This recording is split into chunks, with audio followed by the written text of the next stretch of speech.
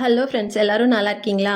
வாங்க நம்ம ஒரு ஈஸியாக ஹெல்த்தியாக ஒரு சூப்பரான டேஸ்ட்டில் கொழுக்கட்டை எப்படி செய்கிறதுன்னு பார்க்கலாம். அதுக்கு பாருங்கள், நான் வீட்லேயே ரெடி பண்ண இடியாப்ப மாவு தான் எடுத்துக்க போகிறேன். நான் 1.5 கப் எடுத்துக்க போகிறேன். பாருங்கள், எடுத்து வச்சுருக்கேன். அதுக்கு அடுத்தது பார்த்திங்கன்னா, இதுக்கு என்னென்ன பொருள் தேவைன்னா, தேங்காய் தேவைப்படுதுங்க. நம்ம தேங்காய் பூரணம் தான் செய்ய போகிறோம். அதுக்கு தேங்காய் பாருங்கள், இந்த அளவுக்கு கொர கொரன்னு மிக்சியில் அரைச்சி எடுத்து வச்சுருக்கிறேன். நம்ம எந்த அளவுக்கு தேங்காய் எடுக்கிறோமோ அதே அளவுக்கு வெல்லத்தை எடுத்துக்க வேண்டியதாங்க. பாருங்கள், ஒரு 5 ஏலக்காயை மிக்சியில் பவுடர் பண்ணி எடுத்து வச்சுருக்கேன். பாருங்கள், வெல்லம் எடுத்து வச்சுருக்கேன். வெல்லம் நல்லா இடித்து நுணுக்கி தூளாக்கினதுக்கு அப்புறம் நம்ம தேங்காய் எவ்வளோ எடுத்துருக்குறோமோ அதே அளவு அளந்து எடுத்துக்கலாம். அதுக்கு அடுத்தது நெய் எடுத்து வச்சுருக்குறேங்க. பால் கொழுக்கட்டையும் செய்ய போகிறோம். அதனால் பால் நான் எடுத்து வச்சுருக்கேன். பால் கொழுக்கட்டை, பூரண கொழுக்கட்டை, 2 கொழுக்கட்டை இந்த ஒரு மாவுலேருந்தே நம்ம ரெடி பண்ண போகிறோம். பாருங்கள், கொழுக்கட்டை செய்கிறதுக்கு இவ்வளோ தான் தேவையான பொருள். இதிலிருந்தே நம்ம 2 டைப்பான கொழுக்கட்டை செஞ்சிடலாம். ஈஸியாக செஞ்சிடலாம். அதோட ரொம்பவே டேஸ்ட்டாக இருக்குங்க. பாருங்கள், நான் வெல்லத்தை நல்லா நுணுக்கி எடுத்துக்கிட்டு வந்துட்டேன். இதுக்கு சும்மா ஒரு 1/2 டம்ளர் அளவுக்கு தண்ணி ஆட் பண்ணி அதை நல்லா நம்ம கரைச்சி எடுத்துக்கலாம். அதை கரைச்சி அதுக்கப்புறம் நம்ம ஃபில்டர் பண்ணி எடுத்துக்கலாங்க. ஏன்னா இதில் மண் இருக்கும். சில சமயம் மண் இருக்கும், சில சமயம் மண் இருக்காது. நம்ம ஃபில்டர் பண்ணி எடுத்துக்கிறது பெஸ்ட்டு. அதனால் நான் நல்லா கரைஞ்சதுக்கப்புறம் ஃபில்டர் பண்ணி எடுத்துக்கிறேன்.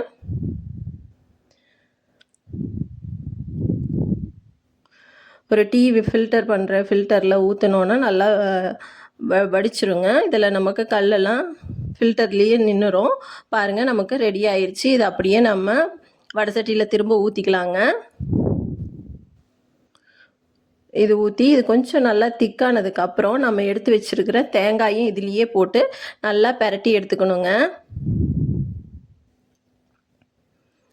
பாருங்கள், லைட்டாக கொதிக்க ஆரம்பிச்சிருச்சு. நல்லா கொதிக்க ஆரம்பித்ததுக்கப்புறம் ஓரளவுக்கு திக்னஸாக கன்வெர்ட் ஆகுங்க. அந்த சமயத்தில் நம்ம எடுத்து வச்சுருக்கிற தேங்காயை கொட்டி நல்லா கலக்கி விட்டுறலாம். நம்ம தேங்காயை கொட்டினதுக்கப்புறம் நல்லா மிக்ஸ் பண்ணிக்கிட்டே இருந்தோம் அப்படின்னா ஓரம் பூரா சுற்றி ஒரு மாதிரி பொறன்னு வருங்க, பபுள்ஸ் வரும். அந்த சமயத்தில் நம்ம நிறுத்திக்கணும், அடுப்பை ஆஃப் பண்ணிக்கணும். பாருங்கள், இந்த சமயத்தில் நல்லாவே இப்போ கொஞ்சம் லிக்யூடாக இருக்குது. இன்னும் கொஞ்சம் நேரம் ஆச்சுன்னா இந்த தண்ணியெலாம் ஓரளவுக்கு சுண்டிட்டு நமக்கு ஓரம்பெல்லாம் ஒரு மாதிரி பூத்த மாதிரி வரும். நுர அப்படியே வெள்ளையாக பூத்த மாதிரி வரப்போ நம்ம அடுப்பை ஆஃப் பண்ணி ஏலக்காய் பவுடர் போட்டு கிளறி எடுத்து வச்சுக்கலாங்க. அதோட இது நம்ம இறுகி தேங்காய் மிட்டாய் பதத்துக்கு வராமல் இருக்கிறதுக்கு தான் நம்ம இந்த சமயத்தில் 1 ஸ்பூன் நெய் ஆட் பண்ணிக்கிறோம். அப்படி ஆட் பண்ணுறப்போ ரொம்ப இறுகி போகாமையே இருக்குங்க. பாருங்கள், சுற்றி ஒரு மாதிரி பொறன்னு நுர மாதிரி வருதுங்களா? இந்த சமயத்தில் நம்ம நெய்யும் ஏலக்காய் பவுடரும் போட்டு நல்லா கிளறி எடுத்து வச்சிடலாம்.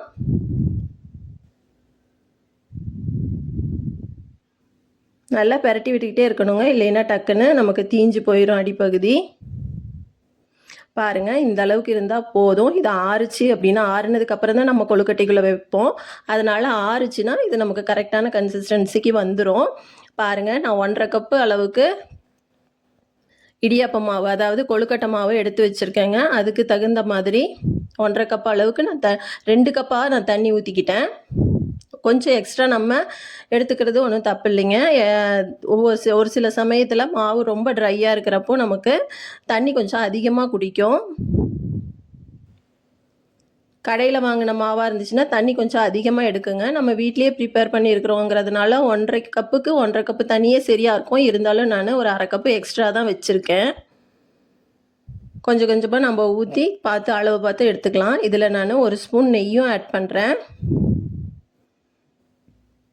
சைட் பை சைடாக நான் முந்திரி பருப்பு குட்டி குட்டியாக நறுக்கி நம்ம ரெடி பண்ணி வச்சுருக்கிற அந்த தேங்காய் பூரணத்திலேயே போட்டு மிக்ஸ் பண்ணிக்கிட்டேங்க. இப்போ பாருங்கள், இந்த தண்ணியில் சும்மா ஒரு பிஞ்ச் அளவுக்கு நான் சால்ட்டு சேர்க்குறேன். தேங்காய் பூரணத்துக்கு நீங்கள் வேணும்னா நெய்யில் வறுத்தும் முந்திரி பருப்பை சேர்த்துக்கலாங்க. நான் நெய்யில் வறுக்கலை, அப்படியே தான் சின்ன சின்னதாக துண்டு பண்ணி சேர்த்துருக்கேன்.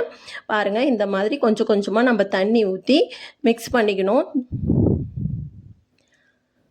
நம்ம ஊற்றுற தண்ணி நல்லா கொதிச்சு இருக்கணுங்க. நல்லா கொதித்து பபுள்ஸ் வரணும், அந்தளவுக்கு இருக்கணும் தண்ணி.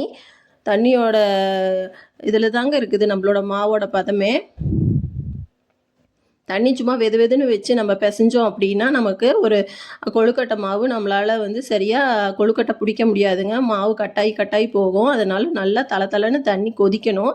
அது கொதிச்சதுக்கப்புறம் நம்ம நெய்யும் ஒரு பிஞ்ச் அளவுக்கு சால்ட்டு சேர்த்துக்கிட்டோம்னா சூப்பராக பாருங்கள் இந்த மாதிரி மாவு நமக்கு ரெடியாகி வந்துடும்.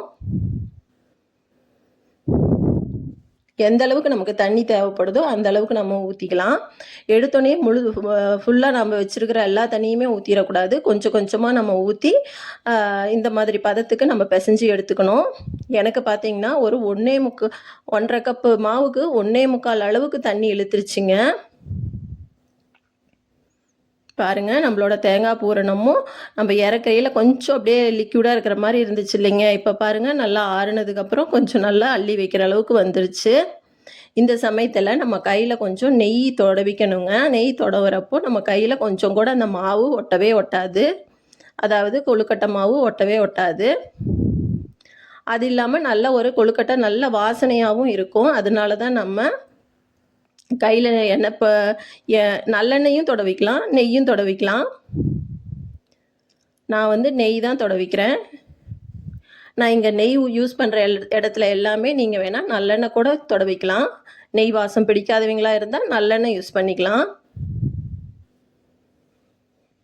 பாருங்கள் நம்ம எந்த மாதிரி சேஃபுக்கு கொண்டு வர நினைக்கிறோமோ அந்த இடத்துல நம்ம கை வச்சு ப்ரெஸ் பண்ணுறப்போ அப்படியே நல்லா வளைஞ்சு கொடுக்குங்க இந்த மாவு.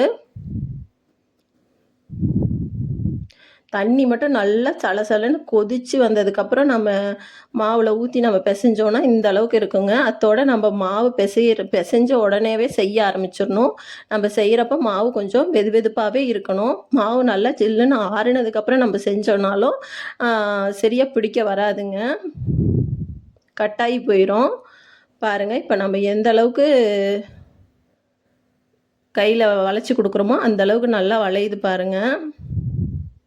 பார்த்தீங்களா, இது மாதிரி நம்ம ஒரு ப்ரெஸ் பண்ணோம்னா நம்மளோட 4 விரலும் அந்த கொழுக்கட்டையில் அப்படியே பதியணுங்க. அப்போ தான் அது பார்க்குறதுக்கு கொஞ்சம் அழகாக இருக்கும்.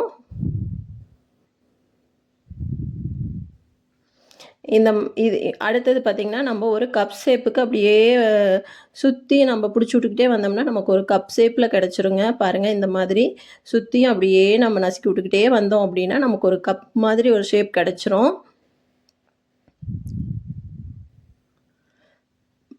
ஃபஸ்ட்டில் நம்ம செஞ்சது புடி கொழுக்கட்டைங்க. இது பாருங்கள், இது வந்து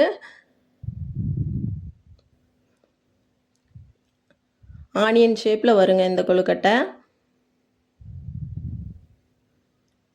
பாருங்கள் இது எல்லாமே அப்படியே கிட்ட மொல்லமாக அப்படியே சேர்த்து க்ளோஸ் பண்ணி மேலே அப்படியே நம்ம பிடிச்சி விட்டுட்டோம் அப்படின்னா இது ஒரு ஆனியன் மாதிரி வந்துடும், ஆனியன் ஷேப்புக்கு வந்துடும். இதுலேயும் சுற்றி நம்ம விரலை வச்சு அப்படியே லைட்டாக ப்ரெஸ் பண்ணி கொடுத்தோம்னா சுற்றியும் அந்த விரலோட அப்படியே கோடாக இருந்துச்சு அப்படின்னா அது ஒரு டிசைனாக நல்லா இருக்குங்க. இதுக்கெல்லாம் நமக்கு அச்சே தேவையில்லைங்க. அச்சுக்கு நம்ம செய்கிற நேரத்தை விட இது டக்குன்னு நம்ம செஞ்சு முடிச்சிடலாம். பாருங்கள் நான் எவ்வளோ ஒரு 2-3 நிமிஷத்துலேயே நான் டக்குன்னு எல்லாமே செஞ்சு முடிச்சிட்டேன்.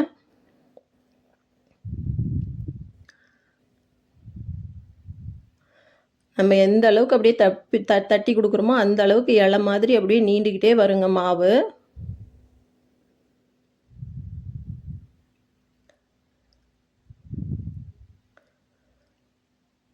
பூரணமும் பாருங்கள் நமக்கு ஒரு கரெக்டான பதத்தில் இருக்குது. இந்த மாதிரி சுற்றி அமுக்கி விட்டு நம்ம 4 விரலால் ஒரு ப்ரெஸ் கொடுத்தோன்னா போதும், நமக்கு புடி கொழுக்கட்டை ரெடி ஆயிரும்.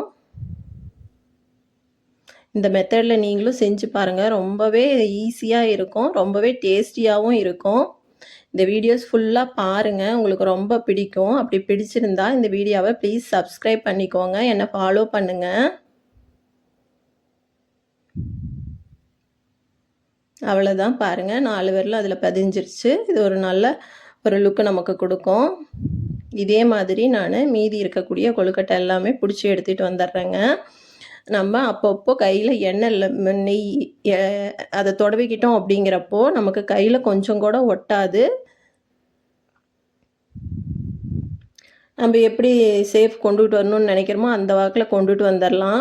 அப்படி இல்லைன்னா லைட்டாக கையில் அப்படியே ஒட்டுற மாதிரியே இருக்குங்க. அதனால தான் நம்ம அப்பப்போ நெய் தடவிக்கிறது.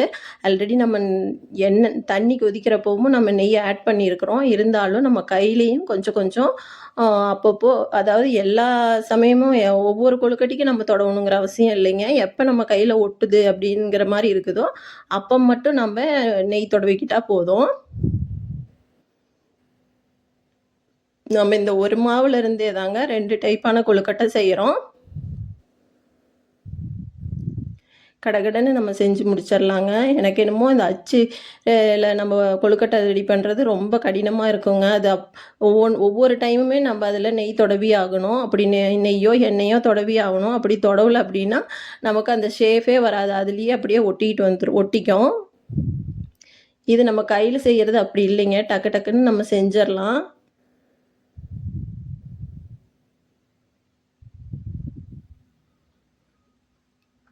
பார்த்தீங்களா எவ்வளோ சூப்பராக ரெடி பண்ணியாச்சு. வேணும்னா நம்ம ஒரு ஸ்டிக் மாதிரி எடுத்து அப்படியே எல்லா இடத்துமே நம்ம அப்படியே ப்ரெஸ் பண்ணி எடுத்தோம் அப்படின்னா வரி வரியாகவும் வந்துடுங்க. நம்மளோட க்ரியேட்டிவ் தாங்க. அடுத்தது நம்ம பால் கொழுக்கட்டைக்கு தான் உருண்டை பிடிக்கிறோம். இது நமக்கு என்ன சைஸில் தேவைப்படுதோ அந்த சைஸில் நம்ம உருண்டை பிடிச்சிக்கலாங்க. நான் பாருங்கள் இந்த சைஸில் உருண்டை பிடிக்கிறேன். உங்களுக்கு வேணுன்னா இதை விட பெருசாகவும் பிடிச்சிக்கலாம், இதை விட சின்னதாகவும் பிடிச்சிக்கலாம். பாருங்கள் நான் எல்லாமே உருண்டை உருட்டி எடுத்துக்கிட்டேன். பாருங்கள் எல்லாமே ரெடி ஆயிடுச்சு. இது நான் ஏற்கனவே நான் அடுப்பில் ஒரு இட்லி பானை வச்சு தண்ணி வந்து கொதிக்க ஆரம்பிச்சிருச்சு. நான் கொதிக்க வச்சுருக்கேன். இட்லி பிளேட்டில் வாழை இலை போட்டு வச்சுருக்கேன். தண்ணி கொதிச்சிக்கிட்டு இருக்குது. இந்த சமயத்தில் நம்ம ரெடி பண்ணி வச்சுருக்கிற கொழுக்கட்டை எல்லாமே இதில் வச்சுட்டு ஒரு 7 நிமிஷம் வெந்துச்சுன்னா போதுங்க. சூப்பராக நமக்கு ரெடி ஆயிரும். பாருங்கள் எல்லாமே வச்சுட்டேன். ஒன்றுக்கு மேலே ஒன்று மட்டும் வைக்காதீங்க முடிஞ்ச வரைக்கும். ஆவியில் வேகிறப்ப எல்லாம் ஒன்றோட ஒன்று ஒட்டின மாதிரி ஆயிரும் சில சமயம். அடுத்து நம்ம பால் கொழுக்கட்டை செய்கிறதுக்கு ரெடி பண்ணிக்கலாங்க. நான் இதில் வந்து ஒரு டம்ளர் பால் எடுத்திருக்கேன். பால் கொதிக்கிறதுக்குள்ளே நம்ம ஒரு ஸ்பூன் அரிசி மாவு, நம்ம கொழுக்கட்டைக்கு எடுத்த அதே அரிசி மாவை ஒரு டம்ளரில் போட்டு தண்ணி ஊற்றி நல்லா கலக்கி எடுத்துக்கிட்டு வந்துடலாங்க. பாருங்கள் இந்த அளவுக்கு நல்லா கலக்கி எடுத்துக்கிட்டேன். பால் நல்லா பொங்கி வரப்போ நம்ம இந்த கலக்கி வச்சுருக்கிற அரிசி மாவு கலவையும் அதுலேயே ஊற்றிடணுங்க. பாருங்கள் இந்த அளவுக்கு வந்ததுக்கப்புறம் இதை நம்ம இதிலேயே ஊற்றிடலாம். இது வந்து ஒரு திக்னஸ்க்காக நம்ம ஊற்றுறது தாங்க. அதுக்கு அடுத்தது நான் நாட்டு சர்க்கரை தான் ஆட் பண்ணுறேன். உங்களுக்கு பால் கொழுக்கட்டை நல்லா வெள்ளை வெளியேறுனே தேவை அப்படின்னா நீங்கள் ஒயிட் சுகர் கூட ஆட் பண்ணிக்கலாம். நமக்கு எவ்வளோ சர்க்கரை இனிப்பு தேவைப்படுதோ அந்த அளவுக்கு போட்டுக்கலாங்க. இதுக்கு அளவெல்லாம் இல்லை. நமக்கு எந்த அளவுக்கு தித்திப்பு தேவைப்படுமோ அந்த அளவுக்கு நம்ம போட்டுக்கலாம். அதுக்கு அடுத்தது இதில் நான் ஏலக்காய் பவுடர் அரைச்சி வச்சுருந்தேன் இல்லைங்களா, பாதி வந்து நம்ம தேங்காய் பூரணத்துக்கு போட்டுக்கிட்டோம். மீதி பாதியை இந்த பால் கொழுக்கட்டைக்கு போட்டுக்கலாம்.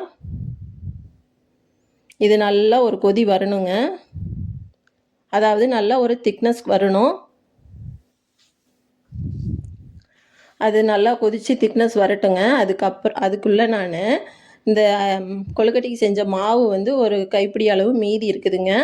அதை நான் வேஸ்ட் பண்ண போகிறதில்ல. இந்த மாதிரி கொழுக்கட்டை அச்சில் போட்டு நான் சந்தகமாக பிழிஞ்சு எடுத்துக்க போகிறேன். அதாவது இடியாப்பமாக பிழிஞ்சு எடுத்துக்க போகிறேங்க.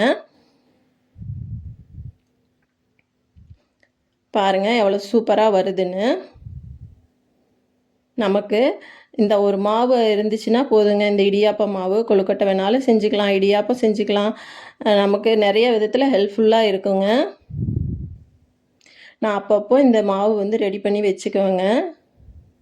எந்த ஸ்நாக்ஸும் இல்லைன்னா எங்கள் வீட்டு குட்டீஸுக்கு இந்த மாதிரி இடியாப்பம் செஞ்சு அதில் பாலை ஊற்றி கொஞ்சம் ஒரு சிட்டிகை ஏலக்காய் தூள், சுகர் இது எல்லாம் போட்டு நல்லா மிக்ஸ் பண்ணி கொடுத்தாலே ஈவினிங் ஸ்நாக்ஸாக நல்லா சாப்பிட்டுப்பாங்கங்க. பாருங்கள் நமக்கு கொழுக்கட்டை சூப்பராக வெந்துருச்சு.